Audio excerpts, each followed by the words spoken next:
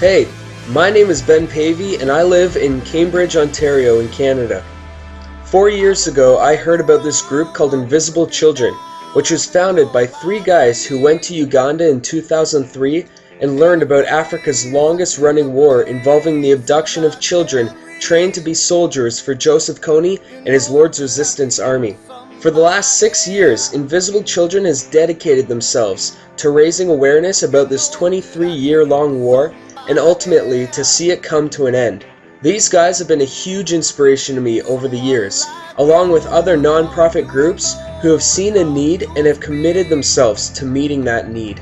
It's because of them that I decided to pursue business school so that I could develop my skills further and use them to help non-profits like Invisible Children in the future. When Invisible Children announced details about an international event on April 25th called The Rescue, I knew that I had to get on board. So for the month leading up to March 28th, my housemates and I prepared to host our own screening of Invisible Children's documentary in our community. We spent hours handing out promotional cards to friends and strangers, and we went into schools, churches, and coffee shops, showing promotional videos and inviting them to come to our screening. We made 2 videos of our own and sent them out to over 600 contacts over Facebook to inform them of the organization, our upcoming screening, and the international rescue event. After many late nights working on the final touches, it was finally time to host our screening. It was a great night of education and fellowship. We had a t-shirt raffle booth, donation bins, and a place to sign up for the rescue event. Before we knew it, we were asked to host 2 more screenings at other venues, and by the end of it all, we had shared this story with over 150 people, raised nearly $1,200, and signed up over 50 people for the rescue event. But once that was over, we had to actually start thinking about this rescue event.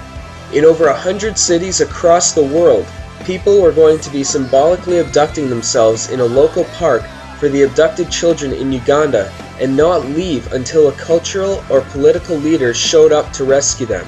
We had to send out letters, emails, and make phone calls to anyone we could think of to get them to come to our rescue. When one of Canada's largest Christian talk shows called 100 Huntley Street saw our promotional videos and heard of our involvement, they decided to do a story on us and the rescue event. On the day of the event, they came to our house and interviewed us as we shared our heart for both Invisible Children and the people of Uganda.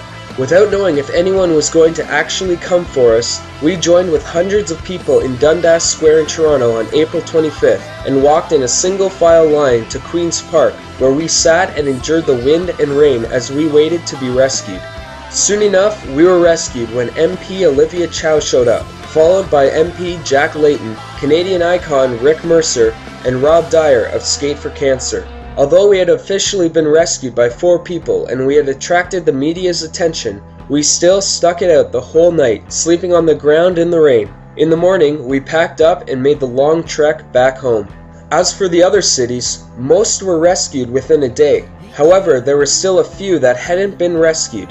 By Thursday, Chicago was the last city still waiting. Rescue participants had been traveling from all over to join with Chicago, and just as some were beginning to lose hope, those last 500 people stood outside Oprah Studios singing and dancing, and finally, someone took notice.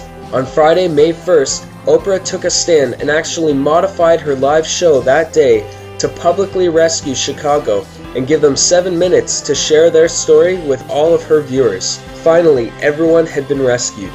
It was such a cool experience, and it felt great for me to finally give back to Invisible Children and be involved with their efforts. But it wasn't over yet. On June 22nd and 23rd, Invisible Children hosted a huge event called How It Ends in Washington, D.C., and I knew that I had to be a part of it. So with 2 friends, we drove down from Canada and were joined with over 1,700 people from around the country to support this event. After hearing from leading conflict experts, activists, U.S. government officials, and celebrities, everyone was scheduled meetings with their senators and representatives to share with them their passion for Uganda and their desire to see this war come to an end, all in an effort to have them support a new bill designed to do just that. This 2-day lobbying event was a great success, and a true testament of the willpower, strength, and influence that our generation has on our government and making a difference in the world. Although our efforts on Capitol Hill were successful, thousands of children are still waiting to come home, and we will continue until this war is finally brought to an end. Please check out Invisible Children's website, where you can learn more about this organization, how you can be involved with it, and what continued progress they have made toward ending this war. It's been an exciting ride for me, one which I invite you to join in on. Take a stand for something you believe in. Be a voice for those we cannot hear, and be a part of history in the making.